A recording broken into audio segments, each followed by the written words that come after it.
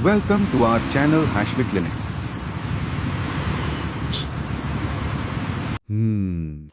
आज के इस तफसीली जायजे में हम एक ऐसे मौजू पर बात करने वाले हैं जो बज़ाहिर एक बहुत ही आम सी रोज़मर्रा की चीज़ से जुड़ा हुआ है। बिल्कुल। और अक्सर लोग इसे मामूली समझकर नजरअंदाज कर देते हैं। जी हाँ, लेकिन जब हम इसकी गहराई में उतरते हैं तो इंसानी जिस्म की केमिस्ट्री और इसके जो पेचीदा निज़ाम है उनके हैरत अंगेज राज खुलते हैं। और यही उस मुताले का सबसे दिलचस्प पहलू है। मतलब आज का हमारा मौजू एक होम्योपैथिक दवा है जिसे अमोनियम कार्बोनिकम कहते हैं। आम जबान में इसे कार्बोनेट ऑफ अमोनिया या स्मेलिंग सॉल्ट्स भी कहा जाता है। जी, स्मेलिंग सॉल्ट्स, वही तेज बू वाला नमक जो पुराने वक्तों में बेहोशी दूर करने के लिए इस्तेमाल होता था। बिल्कुल।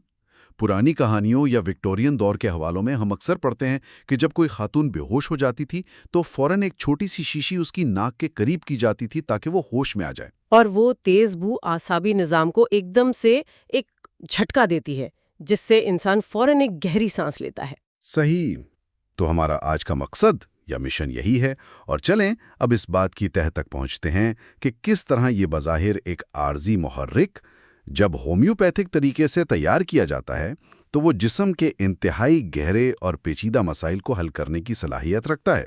और इस मकसद के लिए हमारे पास बहुत ही मुस्तनद ज़राए मौजूद हैं। बिल्कुल।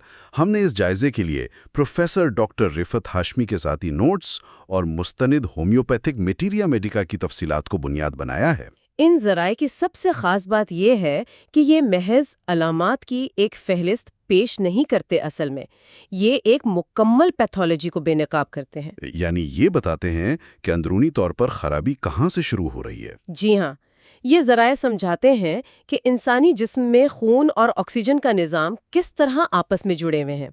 जब हम इस दवा की तस्वीर कशी का बगौर मुताला करते हैं तो वाज़े हो जाता है कि ये एक बहुत ही गहरा अमल करने वाली दवा है। जो खून की बुनियादी साख्त पर असर करती है। बिल्कुल। खून की साख्त, उसकी केमिस्ट्री और जो जिंदगी की हरारत के दरमियान एक नाजुक तवाज़ुन होता है, ये उसे दुरुस्त करती है। ये जिस्म की उस हालत को जाहिर करती है जहाँ मतलब ऐसा समझें कि जिंदगी की चिंगारी बुझने के करीब होती है और जिस्म ऑक्सीजन के लिए तरस रहा होता है। तो इस तस्वीर कशी को समझने के लिए सबसे पहले हम उस मरीज की जो बुनियादी शनाख्त है उस पर बात करते हैं। नोट्स में उस दवा के मरीज की जो जिस्मानी हालत बयान की गई है वो बड़ी मखसूस और दिलचस्प है। जी, खासतौर पर ख़वातीन के हवाले से इसका जिक्र बहुत नुमाया है। बिल्कुल। आमतौर पर यह दवा ऐसी खवातीन के लिए इंतहाई मौसर बताई गई है जो जिस्मानी तौर पर मोटी और भारी भरकम होती हैं, जिनका तर्ज ज़िंदगी बहुत सुस्त होता है, जिसे ज़राए में सेडेंट्री लाइफ कहा गया है। यानी वो ज़्यादा चलती फिरती नहीं है। सही। और वो हर वक्त थकावट और कमज़ोरी का शिकार रहती हैं, और उन्हें ज़रा सी बात पर वो ही स्मेलिंग बॉटल या सूंघने वाली शीशी की ज़रूरत पड़ती है। तो यहाँ एक सवाल पैदा होता है ना कि ऐसा क्यों है? बिल्कुल। मेरा भी यही सवाल है कि एक इंसान हर वक्त इतना थका हुआ क्यों महसूस करता है कि उसे खड़े रहने या चलने फिरने में भी शदीद दुश्वारी का सामना हो।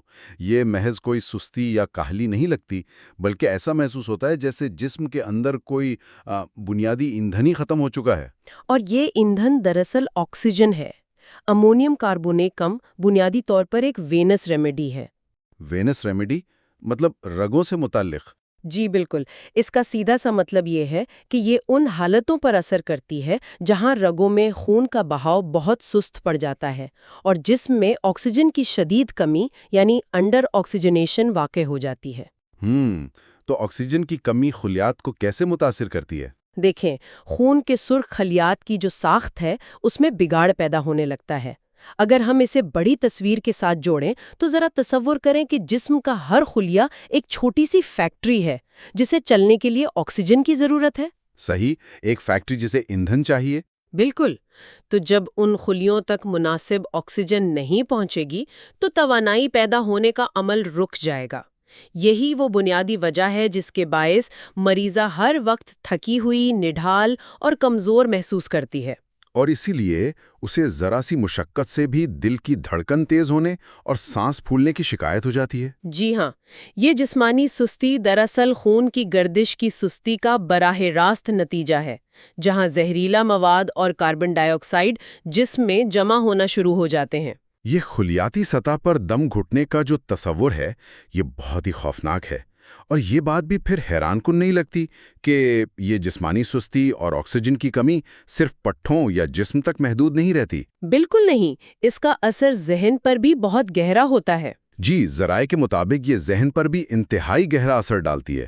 اس دوا کے مریض ذہنی طور پر بہت اداس، رونے والے اور بھلکڑ ہو جاتے ہیں۔ اور ان کی یہ اداسی موسم کے ساتھ بدلتی ہے۔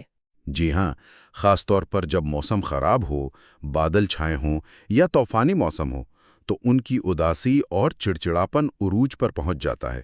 وہ اس قدر ذہنی سستی کا شکار ہو جاتے ہیں کہ بولتے، لکھتے یا حساب کتاب کرتے وقت عجیب و غریب غلطیاں کرتے ہیں۔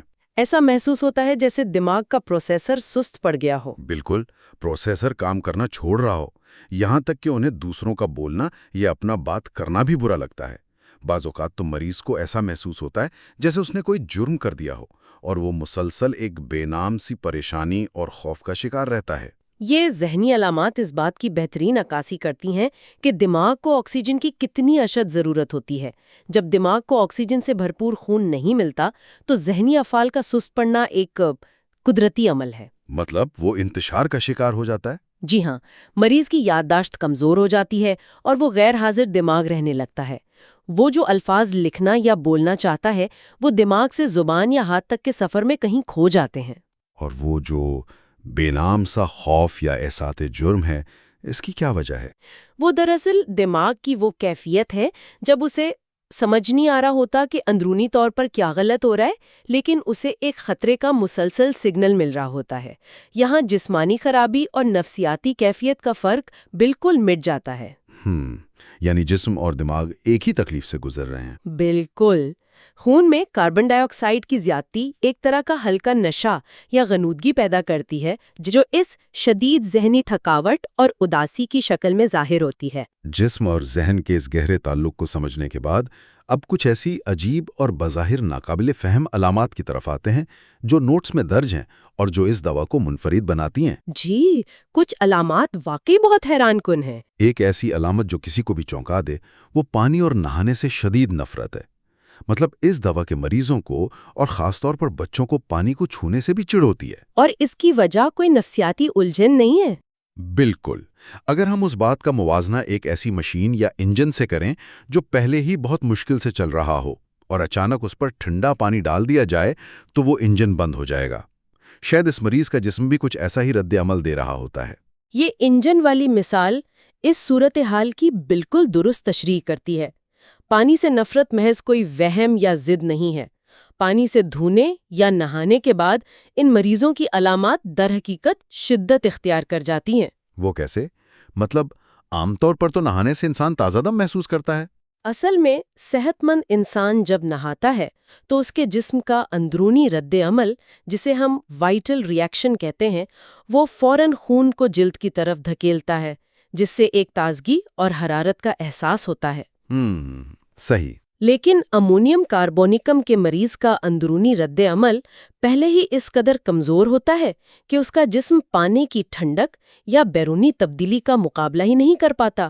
نہانے کے بعد ان کی جلد پر سرخ دھبے پڑ جاتے ہیں، رگیں ابھر آتی ہیں، ہاتھ نیلے پڑ جاتے ہیں اور ان کی توانائی مزید گر جاتی ہے۔ تو جسم پانی کو ایک صدمے کے طور پر لے رہا ہے؟ بالکل، ایک صدمے یا خطرے کے طور پر محسوس کرتا ہے، کیونکہ اس کے پاس اس صدمے کو برداشت کرنے کے لیے درکار حرارت اور آکسیجن موجود نہیں ہوتی۔ اور دھونے سے جڑی ایک اور عجیب علامت جو ذرائع بتاتے ہیں وہ یہ ہے کہ مریض جب صبح اپنا منہ یا ہاتھ دھوتا ہے تو ناک سے خون بہنے لگتا ہے، اور یہ نکسیر خاص طور پر بائیں نتنے سے پھوٹتی ہے۔ جی، اور یہ نکسیر کھانا کھانے کے بعد بھی شروع ہو سکتی ہے۔ تو مطلب منہ دھونے جیسا ایک معمولی سا عمل بھی خون کی نالیوں پر اتنا دباؤ ڈال دیتا ہے کہ وہ پھٹ جاتی ہیں۔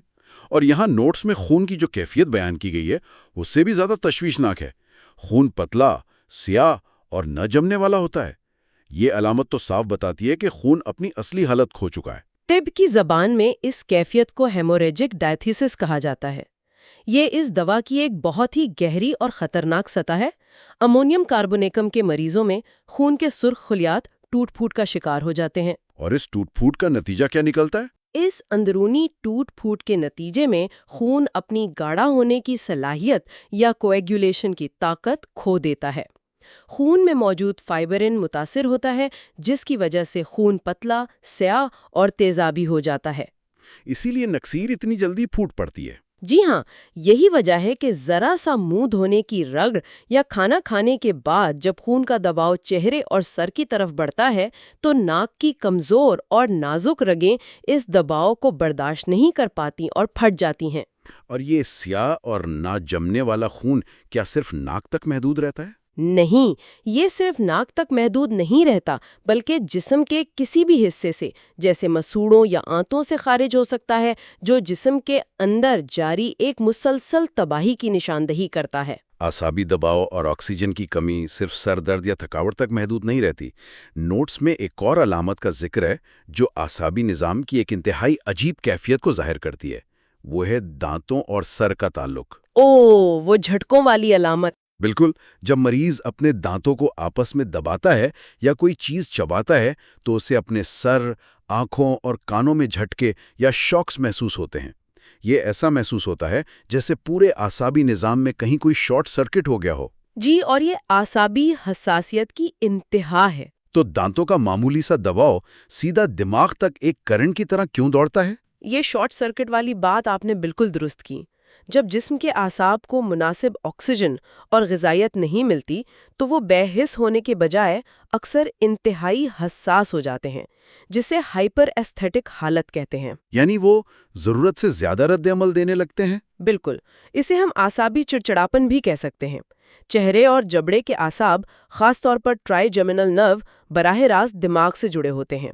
दांतों की जड़ों में मौजूद आसाब इस ऑक्सीजन की कमी की वजह से इतने हसास हो चुके होते हैं कि जब उन पर दबाव पड़ता है तो वो उसे एक आम दबाव के बजाय एक शदीद सदमे के तौर पर महसूस करते हैं। और वो सिग्नल एक झटके की सूरत में दिमाग तक जाता है। जी, वो सिग्नल सीधा दिमाग, आंखों और कानों तक मुंतकिल होता है। उसके साथ ही मरीज को अक्सर ये भी महसूस होता है कि उसका दिमाग खोपड़ी के अंदर ढीला है और वो जिस तरफ सर हिलाता है दिमाग उसी तरफ गिरता हुआ महसूस होता है। ये तो बहुत ही तकलीफदेह कैफियत है। वाकई, ये तमाम चीजें आसाबी कमजोरी और इस बाफ्तों की तबाही की अलामत हैं जो ऑक्सीजन ना मिलने की वजह से पैदा होती हैं। अगर हम जिस्म के सबसे अहम पंप यानी दिल और सांस लेने के अमल की बात करें तो वहाँ उसके असरात और भी ज़्यादा वाज़े और संगीन हो जाते हैं।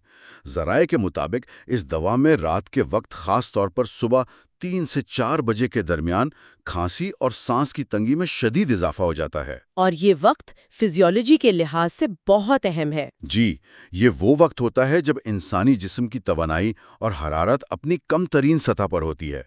और एक और ज़बरदस्त अलामत जिसकी अहमियत बहुत ज़्यादा है वो नाक बंद होने का आर्जा है।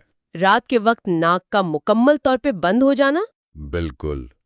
बच्चे सोते हुए अचानक सांस घुटने से जाग जाते हैं और उन्हें मजबूरन मुंह खोलकर सांस लेना पड़ता है।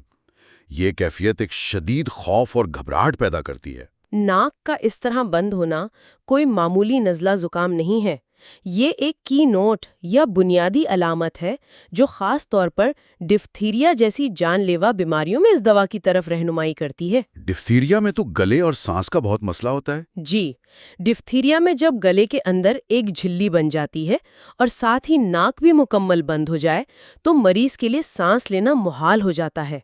बच्चा हवा की एक एक बूंद के लिए तरस रहा होता है, सो नहीं पाता और बार बार दम घुटने के एहसास से चौंक कर उठता है। ये कैफियत तो फेफड़ों और दिल की इंतहाई कमजोरी को जाहिर करती है। बिल्कुल, जहां जिस्म का पूरा निजाम एक मुकम्मल तबाही के दहाने पर खड़ा होता है। दिल की हालत ये होती है कि जरा सी हरकत करने से या चंद सीढ़ियां चढ़ने से ही सांस फूल जाता है, जिसे हम दिल की कमजोरी कहते हैं। जी, दिल की धड़कन इतनी तेज हो जाती है कि कानों में सुनाई देती है। साथ ही मरीज पर शदीद खौफ तारिंग हो जाता है। उसे ठंडे पसीने आने लगते हैं, हाथ कांपने लगते हैं और वो बात तक नहीं कर पाता। ये कार्डियक अस्थमा और दिल के पट्टों की शदीद थकावट की वाज़ेह तस्वीर है। इन तमाम सांस और दिल के मसाइल में एक ऐसा तजाद मौजूद है जो इंसान को वाकई सोचने पर मजबूर कर देता है। हमने देखा कि इस दवा का मरीज सर्दी और ठंडी हवा से इंतहाई हसास होता है। उसे सर्दियों में जल्दी जुकाम हो जाता है और वो खुद को गर्म रखना चाहता है। जी, वो सर्दी बर्दाश्त नहीं कर सकता। लेकिन यहीं पर एक हैरानकुन बात सामने आती है। जब उसे दमा या सांस का दौरा पड़ता है तो वो गर्म कमरे में बिल्कुल नहीं रह सकता। गर्म कमरे में उसका दम घुटता है, उसे बेचैनी होने लगती है और उसे मजबूरन खुली और ठंडी हवा में जाना पड़ता है।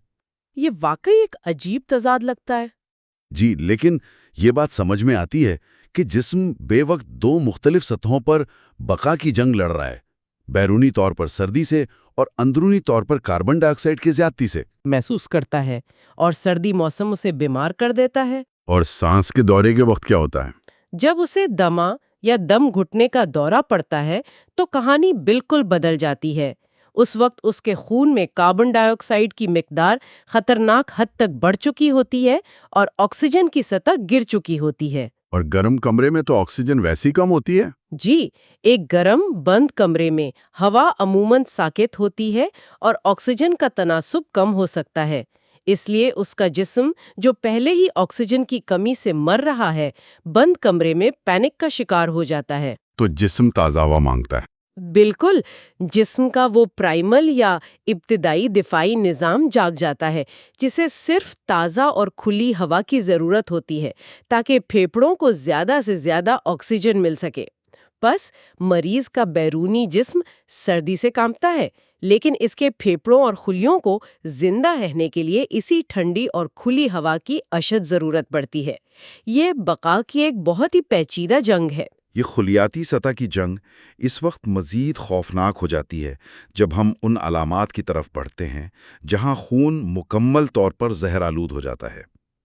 नोट्स में स्कर्वी और मैलिग्नेंट हालतों का जिक्र है, जहां मसूड़े सूज जाते हैं और उनसे खून आता है। जी, दांत ढीले होकर गिरने लगते हैं और जिस्म पर मौजूद मामूली जख्म भी गैंग्रीन यानी सड़ने के अमल में तब्दील होने का रुझान रखते हैं। ये सब जाहिर करता है कि जिस्म की अपनी शिफायाबी की ताकत तकरीबन खत्म हो चुकी है। और रुतूबतों का तेजाबीपन भी बढ़ जाता है। जी बिल्कुल, यहाँ तक कि तमाम रुतूबतें, खा वो थूक हो, आंसू हों या ख़वातीन के मखसूस अयाम का खून हो, वो इस कदर तेजाबी और जलाने वाली हो जाती हैं कि जहाँ से गुजरती हैं वहाँ की जिल्द छील देती हैं। इन हालातों की संगीनी का अंदाज़ा इस बात से लगाया जा सकता है कि होम्योपैथिक लिटरेचर में अमोनियम कार्बोनेकम के अमल का मुवाजना सांप के जहर, खासतौर पर लैक्सिस, और कोयले के धुएं से होने वाले जहरीले असरात से किया गया है। कोयले का धुआं यानी कार्बन मोनोऑक्साइड पॉइजनिंग? जी बिल्कुल। जब किसी को कोयले का धुआं लग जाए तो ऑक्सीजन की कमी से उसका दम घुटता है, खून में कार्बन की ज्यादती हो जाती है और वो स्याह पड़ जाता है। बिल्कुल यही कैफियत इस दवा के मरीज की अंदरूनी तौर पर बन रही होती है। और सांप के जहर वाला मुवाजना भी बहुत दिलचस्प है।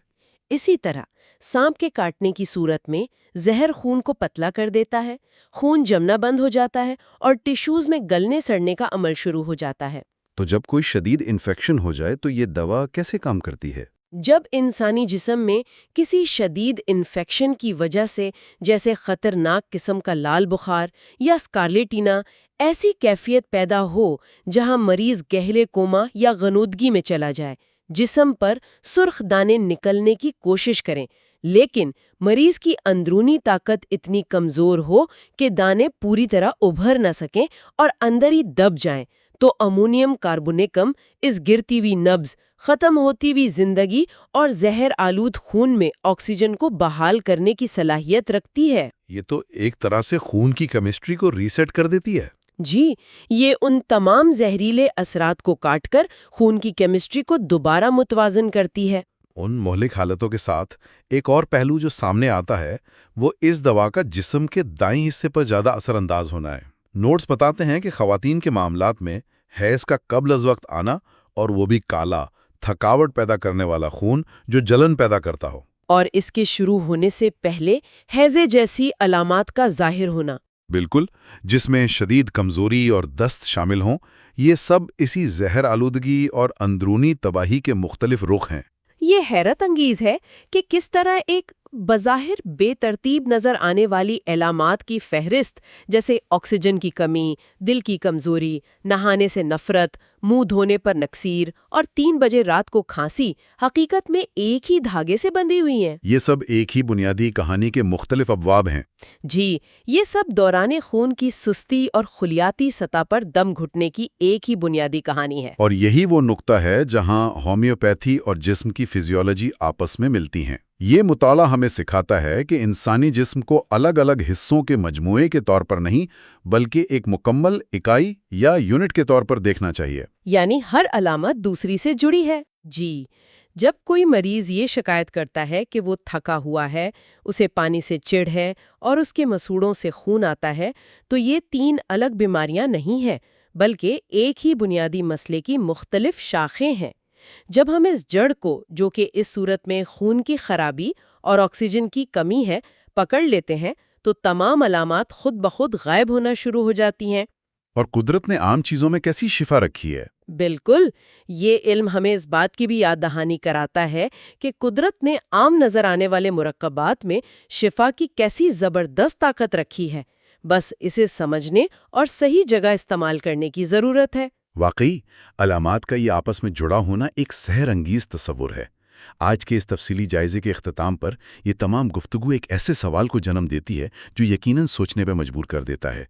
ہماری روزمرہ کی زندگی میں جب ہم تھکاوٹ، چکر یا بے ہوشی محسوس کرتے ہیں تو ہم اکثر عارضی سہارے، انرجی ڈرنکس یا فوری حل استعمال کرتے ہیں۔ جی، ہم فوری راحت کی تلاش میں رہتے ہیں۔ آج ہم نے دیکھا کہ کس طرح ایک بے ہوشی دور کرنے والا عام سا نمک، جسے صرف وقتی ہوش دلانے کے لیے استعمال کیا جاتا تھا، جب اس کی گہری کیمسٹری کو سمجھ لیا گیا تو وہ جسم کی پیچیدہ ترین، خطرناک اور جان لیوا بیماریوں کا مستقل علاج بن گیا۔ ایک وقتی حل کا مستقل شفا میں بدل جانا؟ تو کیا یہ ممکن ہے کہ آج کل ہم تھکاوٹ اور کمزوری کو چھپانے کے لیے جو عام سی چیزیں اور مصنوعی سہارے استعمال کرتے ہیں، اگر ان کے پیچھے چھپی سائنس اور جسم کے اندرونی رد عمل کو پوری طرح جان لیا جائے تو وہی عارضی سہارے ہماری دیرینہ اور لا علاج سمجھی جانے والی بیماریوں کا کوئی نیا دروازہ کھول سکتے ہیں؟ یہ واقعی ایک بہت گہرا اور غور طلب زاویہ ہے۔ بالکل، یہ ایک ایسا زاویہ ہے جس پر غور کرنا یقیناً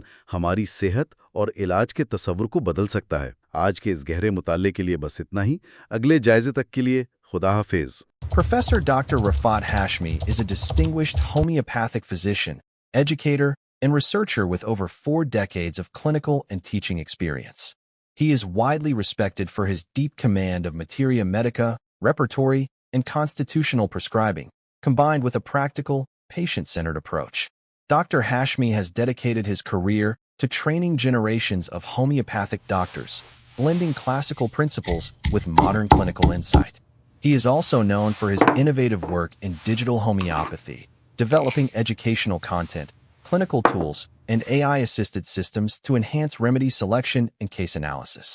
With a strong commitment to ethical practice and lifelong learning, Professor Dr. Rafat Hashmi continues to guide, inspire, and elevate the standards of homeopathic education and patient care.